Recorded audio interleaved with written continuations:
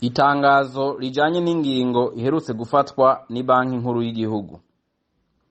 Dufatiye ku itangazo ry'Ibanki Nkuru y'Igihugu ryo kuwa ndwi Ruheshi umwaka wa 2023 rihagarika inoti z'ibihumbi 10 n'iz'ibihumbi 5 vy'amarundi zakozwe kw'igenekerezo rya 4 mu Kakaro umwaka wa 2018 gukoreshwa mu Burundi, ubushikiranganji bw'intwaro yo hagati mu gihugu, iterambere rusangi n'umutekano butegetse babura amatari n'abajijwe intwaro muri rusangi kumenyesha abenegihugu bose iryo hagarikwa, bongere babibutse guhinduza izo noti nashasha guhera ubunyene kugira ntibazoje kurundana wa munsi w'igenekerezo rya 17 Ruheshi ico gikorwa kizorangirirako.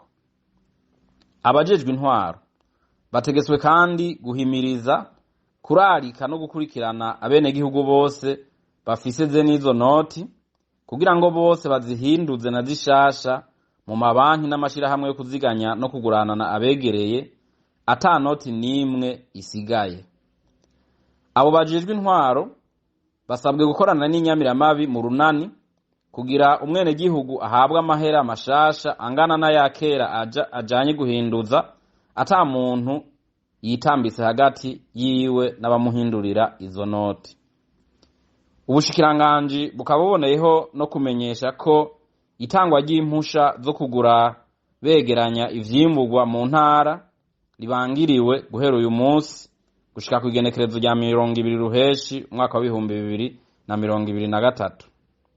Guhera uyu munsi harekuwe gusa abagura ivyimburwa bike bike vyo gufungura mu ngo zabo. Uwuzofatwa ariko aregeranya ibifungurwa nk'ibigori, amasaka, ibiyoba, umuceri, ibiharage n'ubushaza imbere y'iyo tariki ya 20 Ruheshi umwaka wa 2023 azohabwa ibihano ruhasha. N'ujejwe intwaro canke umutekano atazofata ingingo zibereye zo kubuza iyegeranywa ry'ivyo vyimburwa twavuze, nawe nyene azohanwa bimwe vy'akarorero.